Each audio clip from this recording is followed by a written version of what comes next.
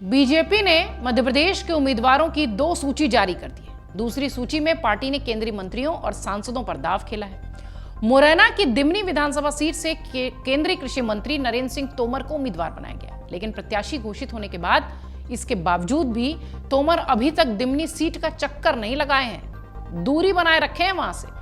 तोमर ग्वालियर मुरैना के जिले की अलग अलग विधानसभा में जरूर पहुंच रहे हैं, लेकिन वो दिमनी नहीं जाकर फिलहाल यहीं ग्वालियर चंबल के इलाकों में घूम रहे हैं। तोमर 2009 से ही केंद्र में है और अब पार्टी ने उन्हें वापस प्रदेश में सक्रिय किया है, एक्टिव किया है। सबसे बड़ा सवाल यह है कि आखिर क्यों एक केंद्रीय मंत्री को दिमनी सीट से चुनाव लड़ाया जा रहा है और वो वहां से दूरी भी बनाए रखे हुए हैं। केंद्रीय मंत्री तोमर ने दिमनी विधानसभा में नहीं पहुंचने पर कई सवाल पैदा कर दिए हैं, लेकिन उनके समर्थकों ने इस प्रश्न पर चुप्पी साधी है। वो लगातार आसपास के जिलों में भ्रमण कर रहे हैं, लेकिन दिमनी नहीं जा रहे हैं। दिमनी विधानसभा के बीजेपी कार्यकर्ता और नेता अपनी पार्टी के उम्मीदवार के स्वागत के लिए भी तैयार बैठे हैं, लेकिन अब तक उन्होंने दर्शन नहीं दिया है।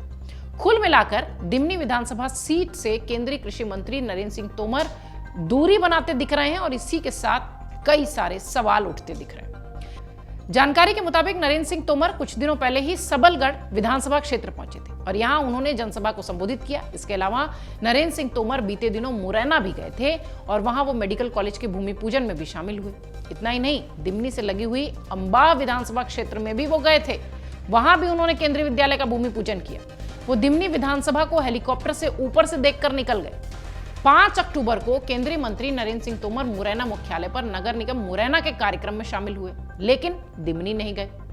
जानकारों का यह भी कहना है कि दिमनी विधानसभा क्षेत्र में पहुंचने का अभी तक नरेंद्र सिंह तोमर का कोई मूड नजर आ भी नहीं रहा है। इसके पीछे की अलग अलग वजह है। चर्चा यह हो रही है कि नरेंद्र सिंह तोमर खुद को दिमनी विधानसभा से प्रत्याशी बनाए जाने पर शायद खुश नहीं है। उन्हें उम्मीद ये नहीं थी कि उन्हें विधानसभा का चुनाव भी लड़ना पड़ेगा, लेकिन पार्टी के निर्णय के आगे वो नतमस्तक हो गए।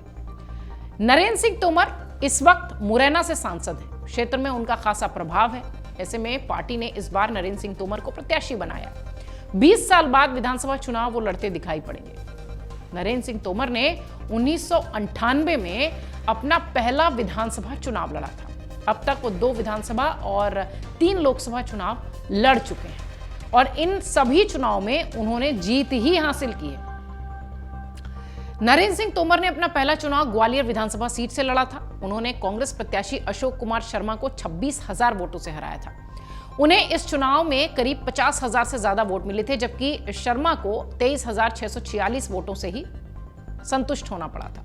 उन्होंने अपना दूसरा और अंतिम विधानसभा चुनाव लड़ा था साल 2003 में। 63,000 वोटों से वो जीते थे, जबकि कांग्रेस के प्रत्याशी बालिंदु शुक्ला को 29,000 वोट मिले थे। तोमर ने यह चुनाव 34,000 वोटों से जीता था। अंतर देखिए कितना बड़ा था। 2009 में वो लोकसभा चुनाव के जरिए नरेंद्र सिंह तोमर केंद्र की राजनीति में एक्टिव होते दिखाई पड़े। पार्टी ने उन्हें उनका कद बढ़ाया। पार्टी ने उन्हें मुरैना से टिकट दिया। इस चुनाव में उन्होंने कांग्रेस प्रत्याशी रामनिवास रावत को लगभग 2 लाख के आसपास के वोटों से हराया था। 2014 के लोकसभा चुनाव में पार्टी ने नरेंद्र सिंह तोमर को ग्वालियर सीट से टिकट दिया। ये चुनाव उन्होंने 26,000 वोटों से जीता। उनके सामने कांग्रेस के प्रत्याशी अशोक सिंह थे।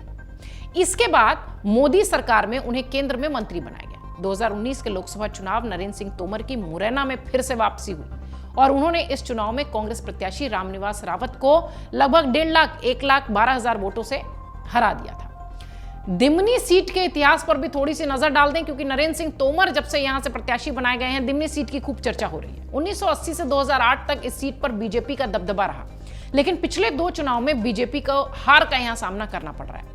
साल 2018 में कांग्रेस के गिरिराज दंडोतिया ने यहां से जीत हासिल की थी। वहीं 2013 के चुनाव में बीएसपी के बलबीर सिंह दंडोतिया ने भी बीजेपी बाजी यहां पर मार ली थी।